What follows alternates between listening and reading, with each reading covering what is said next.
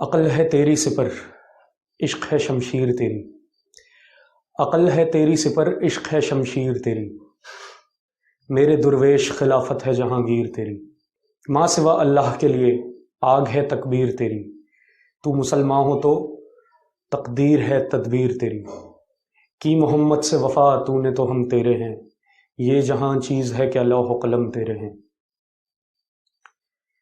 یہ انتخاب ہم نے علامہ اقبال کی جس کتاب سے لیا ہے اس کا نام ہے بانگ درا۔ بانگ درا کتاب کا آج ہم لوگ تعارف دیکھیں گے۔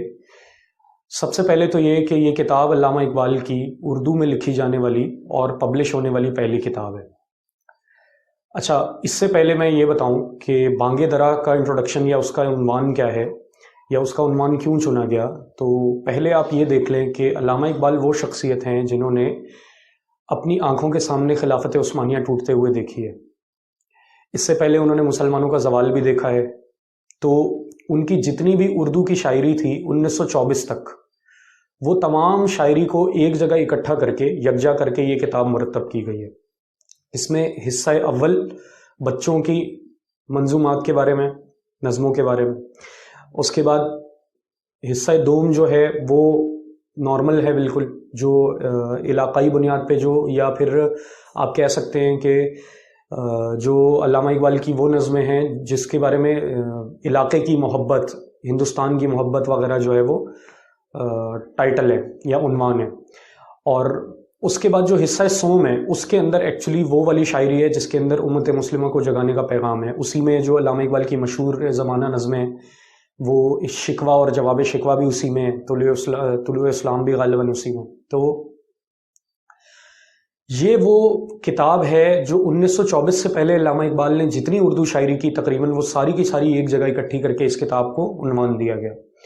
تو سب سے پہلے دیکھیں کہ جو علامہ اقبال کی شاعری ہے وہ علامہ اقبال کی ریفلیکشن کا جو لائف کا ریفلیکشن ہے وہ دے رہی ہے۔ تو ان کی زندگی کے اندر 1905 میں وہ انگلینڈ گئے، انگلستان گئے، ٹھیک ہے، یورپ گئے، اور 1905 سے 1908 کا عرصہ انہوں نے وہاں گزارا، اور 1908 کے بعد جو ہے پھر وہ دوبارہ یہاں پر لے آئے۔ تو یہ جو میں حصہ اول، حصہ دوم اور حصہ سوم کی بات کر رہا تھا، تو یہ ایکچولی جو ہے وہ شاعری پوری کی پوری 3 حصوں میں ڈیوائیڈ ہوئی ہوئی ہے، اور غزلیات کا حصہ ساتھ ساتھ ہے، یعنی حصہ اول کے ساتھ غزلیات ہے، حصہ دوم کے ساتھ غزلیات ہے، اور حصہ سوم کے ساتھ بھی غزلیات ہیں۔ اور سب سے بڑی بات یہ کہ جو حصہ اول ہے ایکچولی وہ 1905 سے پہلے کی شاعری ہے۔ حصہ دوم جو ہے اس میں میجورٹی جو شاعری ہے وہ حصہ دوم 1905 سے 1908 کے درمیان کی شاعری ہے، اور اس کے بعد 1908 کے بعد کی جو شاعری ہے اس میں جو ہے نا وہ حصہ سوم پورا کا پورا مرتب کیا گیا۔ تو جو ہمارا میجر پورشن ہوگا وہ حصہ سوم ہوگا، کیونکہ اسی کے اندر علامہ اقبال کے پیغام کے بارے میں زیادہ نظمیں موجود ہیں۔ تو سب سے پہلی چیز تو یہ ہو گئی، ٹھیک ہے۔ دوسری چیز جو میں بتانا چاہتا ہوں وہ یہ ہے کہ علامہ اقبال نے یہ کتاب کا جو عنوان، علامہ صاحب نے جو اس کتاب کا جو ٹائٹل ہے وہ بہت سوچ سمجھ کے چوز کیا ہے، اور اس کے پورے ٹائٹل کے اندر ایک مقصد ہے، ٹھیک ہے۔ دیکھیں، پرانے وقتوں میں جب لوگ ٹریول کرتے تھے، سفر کرتے تھے، تو ان کو جو ہے بسز یا بہت بڑے بڑے جو ٹرینز آج کل چلتی ہیں یا ہوائی جہاز میں ایک جگہ سے دوسری جگہ جاتے ہیں، یہ سسٹم نہیں ہوتا تھا پہلے۔ تو زمینی جتنا بھی سفر تھا، سمندری کے علاوہ زمینی جتنا بھی سفر تھا وہ سارا کا سارا ہوتا تھا قافلوں کی صورت میں، یعنی بہت سارے لوگ گروپ بنا کے اکٹھے ہو جاتے تھے، اور جو ہے وہ اونٹوں کے اوپر، گھوڑوں کے اوپر سوار ہو کر اکٹھے ٹریول کرتے تھے، جانوروں پر ٹریول کرتے تھے۔ یعنی بہت سارے لوگ جو ہیں وہ اونٹوں کو اور جانوروں کو، گھوڑوں وغیرہ کو اکٹھا کر لیتے تھے، جو جانور ان کو اویلیبل ہو، اور اس پر اپنا ساز و سامان لاتے تھے، اور اس کے بعد مہینوں کا سفر کرتے تھے، مسافت طے کرتے تھے۔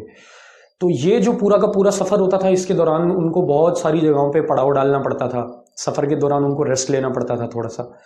تو یہ جو سسٹم تھا، یہ قافلہ جو ایک جگہ سے نکلتا تھا دوسری جگہ پہنچنے کے لیے اس کی کوئی منزلیں ہوتی تھی، اور اس کے بعد راستے میں اس کے چیک پوائنٹس ہوتے تھے، وہ جگہ جگہ رکتا ہوا جاتا تھا۔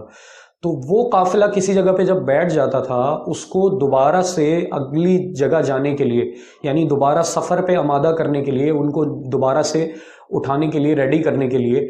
ایک خاص قسم کی آواز کا استعمال کیا جاتا تھا۔ تو اس کو ہم کہتے تھے بانگ درا، ٹھیک ہے، بانگ کا مطلب ہے آواز، جیسے مرغے کی بانگ ہوتی ہے، اذان ہوتی ہے، اور بہت اونچی آواز کو بانگ کہتے ہیں۔ ایکچولی یہ وہ آواز ہوتی ہے جو دور دور تک جائے اور لوگوں کو جگانے کے کام آئے۔ اور پھر درا کا مطلب یہاں پر یہ مراد ہے درا سے کہ وہ انسٹرومنٹ یا وہ آلہ جو پرانے وقت میں استعمال ہوتا تھا، غالباً ڈھول کی مناسبت سے آپ سمجھ لیں کہ ڈھول بجا کے باقاعدہ طور پہ دور دور تک آواز دے کر یہ بتایا جا رہا ہے کہ قافلہ اب پڑاؤ جو ڈالا ہوا ہے، اب یہ ریسٹ ہمارا ختم ہو رہا ہے، اب ہم نے اگلی جگہ پہ موو کرنا ہے۔ تو بہت جو امپورٹنٹ چیز ہے وہ یہ ہے، نوٹ کیجئے گا کہ یہاں بانگ درا میں جس قافلے کو جگانے کی بات ہو رہی ہے وہ قافلہ امت مسلمہ کا قافلہ ہے، اور وہ قافلہ عرب سے نکلا، ٹھیک ہے، ہمارے نبی کریم صلی اللہ علیہ وآلہ وسلم کے دور سے ہوتا ہوا، صحابہ کے دور سے ہوتا ہوا، خلافت راشدہ کے دور سے گزرتا ہوا، اور بہت سارے ادوار گزرتا ہوا ترکوں کے پاس پہنچا، خلافت عثمانیہ قائم ہوئی، خلافت عثمانیہ کے بعد کا جو ہے نا وہ پورا کا پورا قافلہ آ کے ہندوستان میں رکا۔ تو ایکچولی یہ جو پوری ٹریولنگ کر کے ایک قافلہ نسل در نسل تک آیا ہے، تو علامہ اقبال نے جو بانگ درا جو ٹائٹل سوٹ کیا ہے، وہ سلیکٹ کیا ہے، وہ اس لیے سلیکٹ کیا ہے کہ جو قافلہ امت مسلمہ کا سو گیا ہے یا پڑاؤ ڈال دیا ہے، جس نے ریسٹ کر لیا ہے، اس کو دوبارہ جگانے کی ضرورت ہے، اس کو دوبارہ جگایا جائے، اور اس کے بعد پھر ایک ایفرٹ کریٹ کی جائے جس سے امت مسلمہ کی عزت دوبارہ آئے، خلافت کا نظام دوبارہ آئے، اور دین اسی طرح سے اپنی پوری کی پوری آب و تاب کے اوپر آئے جس طرح سے خلافت راشدہ کے دور میں تھا، اور جو انسان کا ایکچول مقصد ہے، جو اللہ تبارک و تعالیٰ نے انسان کو پیدا جس کے لیے کیا۔ تو اس وجہ سے بانگ درا کا عنوان جو ہے وہ منتخب کیا گیا علامہ اقبال کی طرف سے۔ تو یہ ہماری سب سے پہلی کتاب ہے جس کو ہم جو ہے وہ لے کے چلیں گے، اور اس میں ہم لوگوں نے سلیکٹ کیا ہوا ہے۔ اب انشاءاللہ آپ سے اگلی دفعہ ملاقات آپ سے پہلی نظم کی تشریح کے ساتھ ہوگی انشاءاللہ۔ السلام علیکم۔